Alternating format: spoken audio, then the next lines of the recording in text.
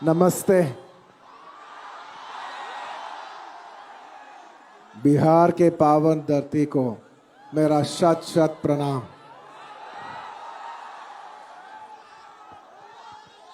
पहली बार बिहार आया हूं।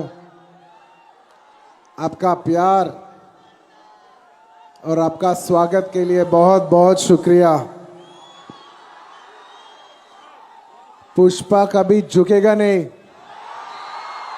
लेकिन आज पहली बार आपका प्यार के लिए झुकेगा। Thank you Patna.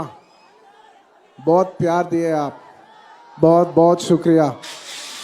कैसे हैं आप?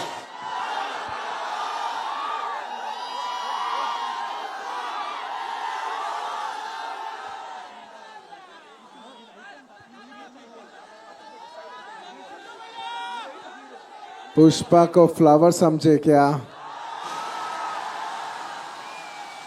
फ्लावर नहीं, अब वाइल्ड फायर मैं। मेरा हिंदी तो थोड़ा गलत है, माफ कर देना मेरे भाई। थोड़ा गलती हो गया तो माफ कर देना। करेंगे ना आप? चलेगा ना? Thank you.